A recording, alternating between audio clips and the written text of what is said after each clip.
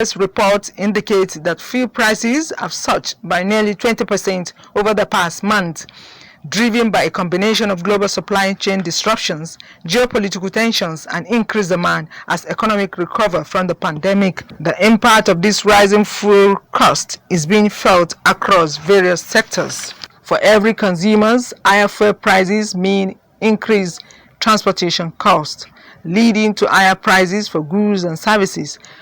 Many families are now forced to re-evaluate their budget to accommodate the increased cost of fuel. So everybody is suffering. The economy is totally bad. The fuel price does not just affect the movement of people. It has also affected the food intake of people. People are no more eating. The cost of food has gone up. It affects many people. Like me, I'm a civil servant. So where to come to work, very hard for me, usually. I'm a American type of motor before. Now, when I want to come to them, start from there, 300, 400, how much am I collect for that? This is very hard. If you see any car spoiled or you met it spoiled or abandoned on the road, it is majorly because of fuel. It's nothing because other than fuel. For instance, my own car, if I get a fuel of 15 liters, my house is around 20 kilometers to and from my work. And if I get 15 liters, it will take me more than a week or whatever. But now, how do I get 15 liters is 15,000 plus. Moreover, the hike in fuel prices has sparked protests in several cities, with citizens demanding government intervention to stabilize prices and provide relief. Experts warn that the trend continues, it could lead to inflationary pressures affecting the overall economy. Kwara State government can get us CNG conversion center where people can convert their car to CNG like ahead. If you get a CNG of about 6,000 naira, it can take someone to do. The government look into bring down the fuel price or do something that can make there be food at an affordable price. The government to try first to make sure that put railway on the line, so people living in comfortably. So let government stop. This thing is very difficult for us. As the situation unfolds, the call for sustainable energy alternatives becomes increasingly urgent, highlighting the need for a transition to greener solutions to mitigate the dependency on fossil fuels and protect consumers from future price shocks. Morning Safari continues in the studio.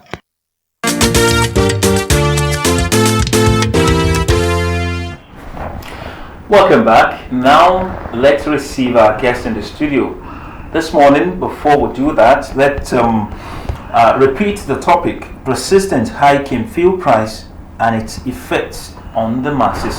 And to do justice to the topic this morning, we have with us the voice you have known, and it's not just an ordinary voice. It is the one that is vibrant and the one that is so piercing, just like a roar of lions sometimes, addressing the realities on the ground and speaking the truth even to the power sometimes.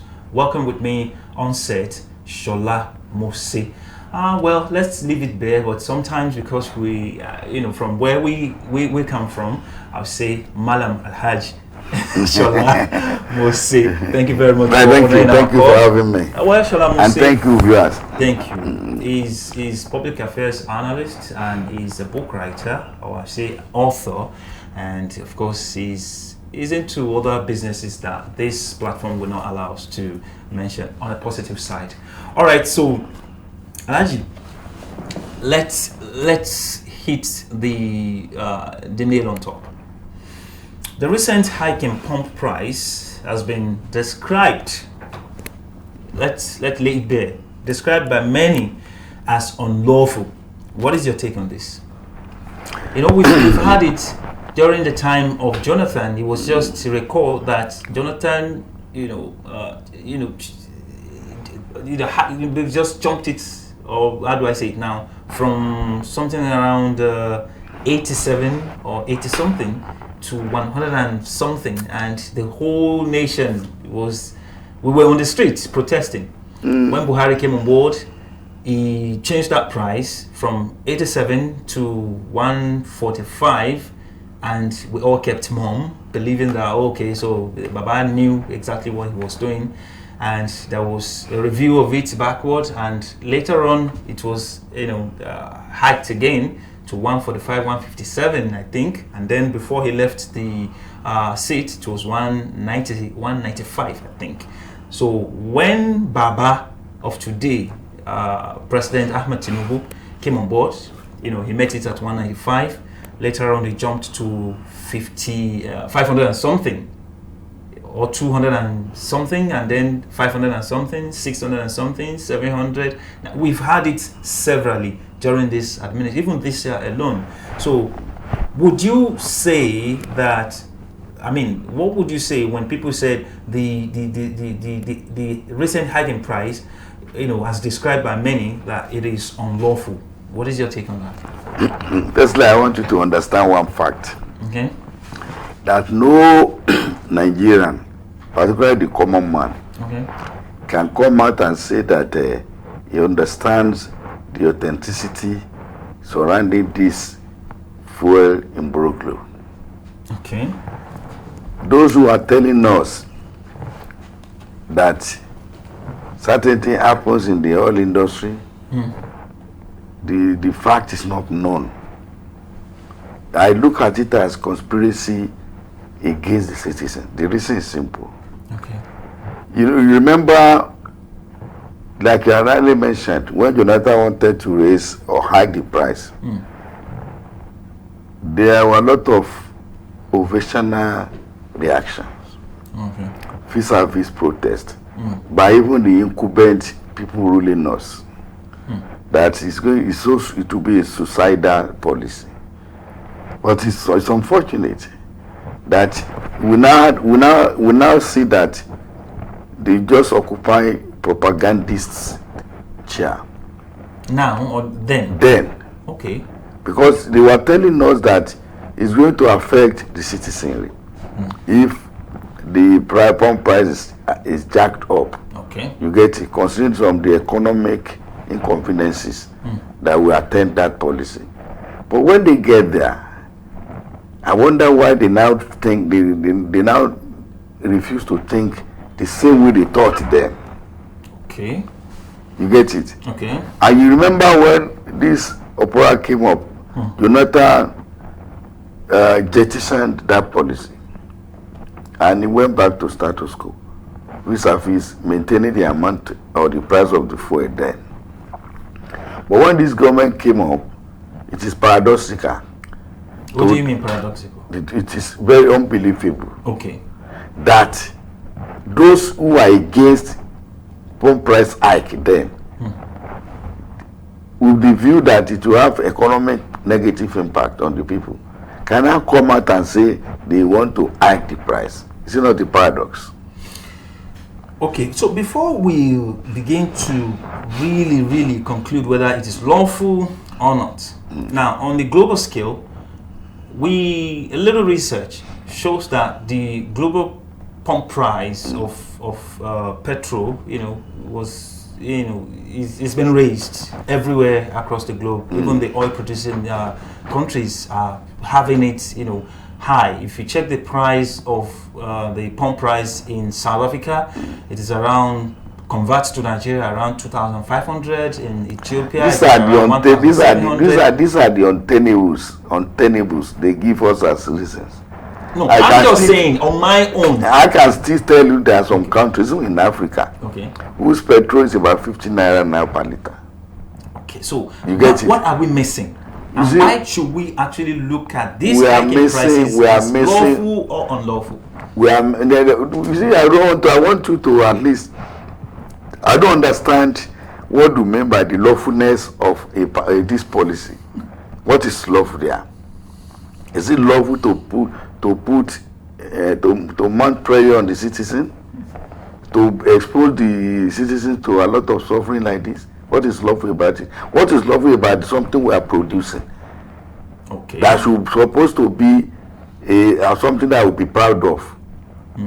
What is lawful about probably changing things that we have been producing? Is a God-given heritage. You get it?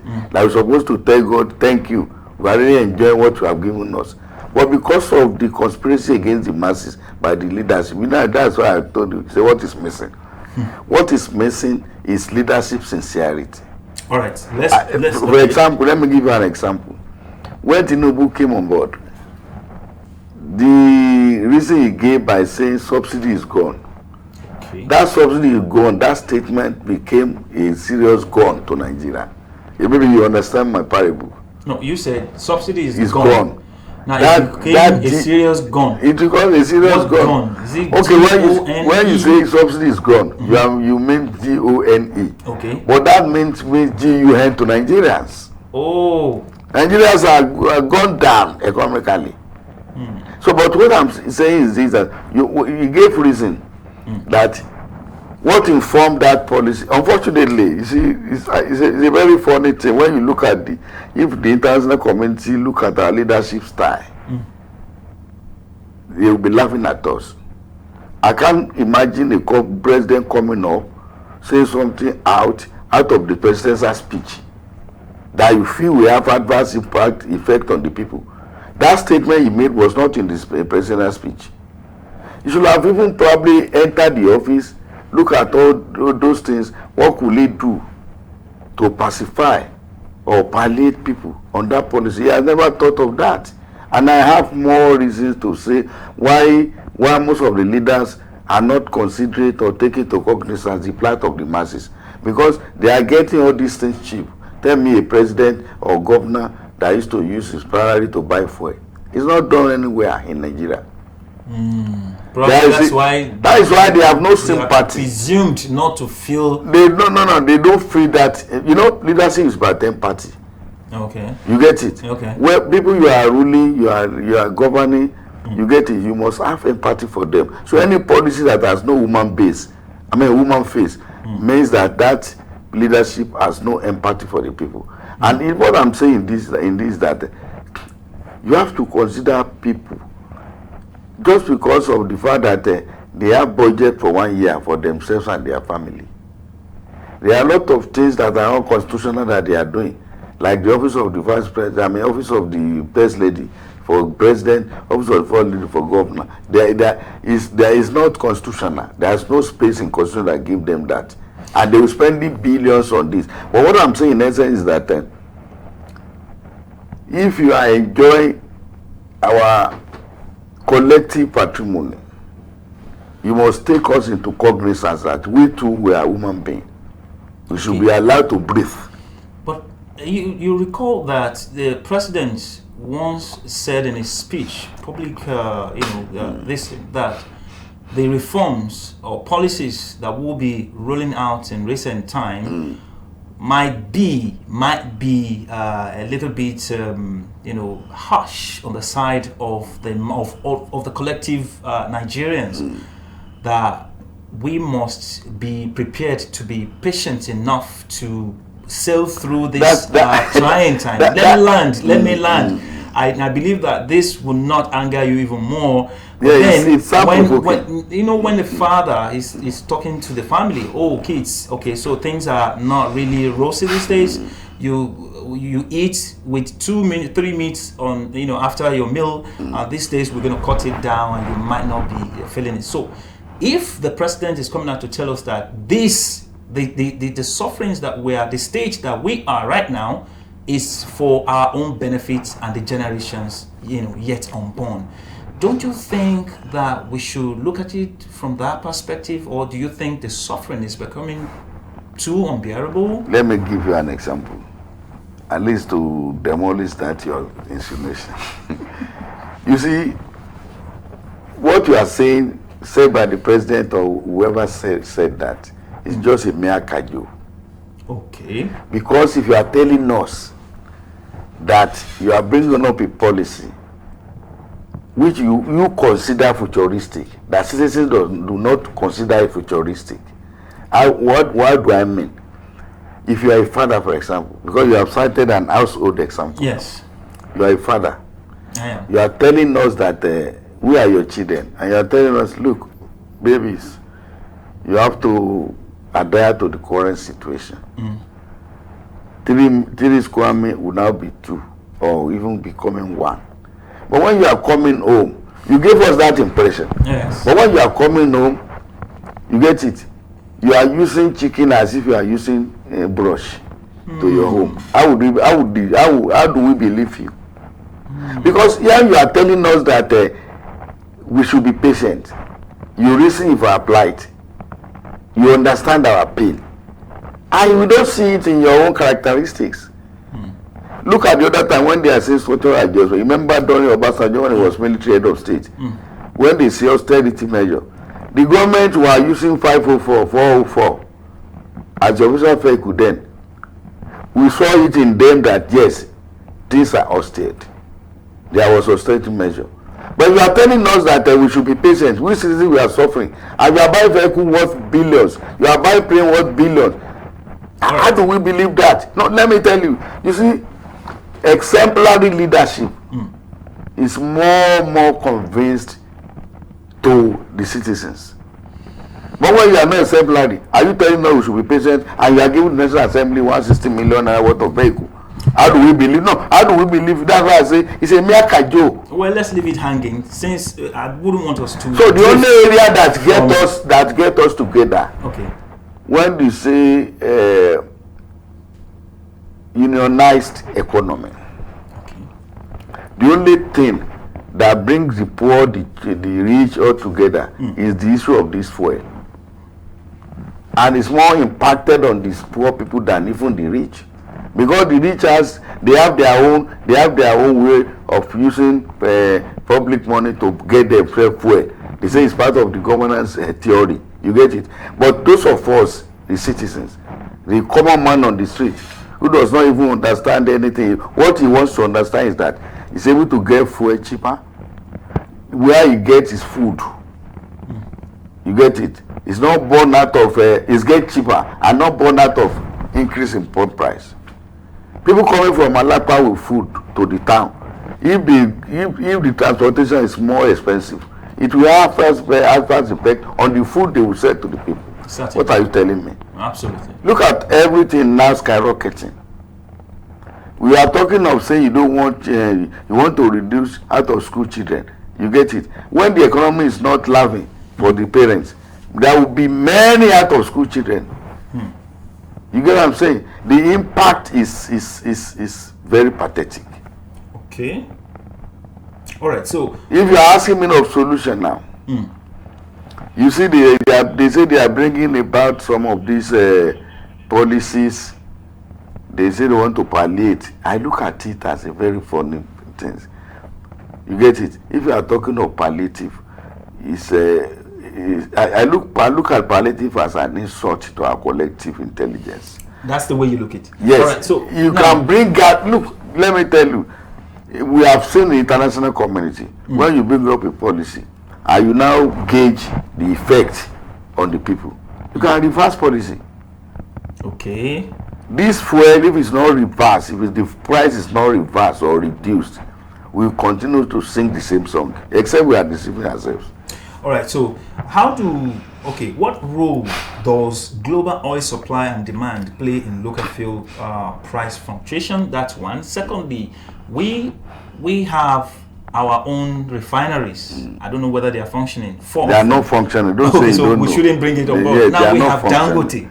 So what role do these, the global oil demand and supply and the current Dangote refinery functioning right now play on Nigerian economy? I want to tell you that there's no country in the world, you get it, that do not or probably does not embark on subsidy to alleviate the suffering of the people. I want you to take note of that.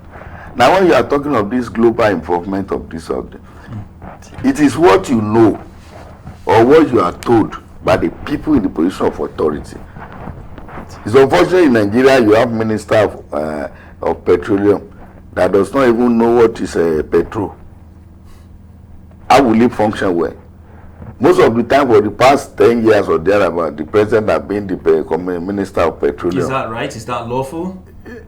No, it's not technocratic. That's what I'm saying. It's not technocratic. How can you put a tailor in barber shop? It will not work. You get it? And that is why I'm saying when you want to be... I read a lot of journals. When you see somebody becoming Minister of Petroleum in some state, right now, all this area, they will tell you that it's somebody that can probe true. That's why NNPC has not been probed into the letter. All right, so we don't have time again. I mean, the time is up, but I just want to ask you one question. Yes or no question? Yes.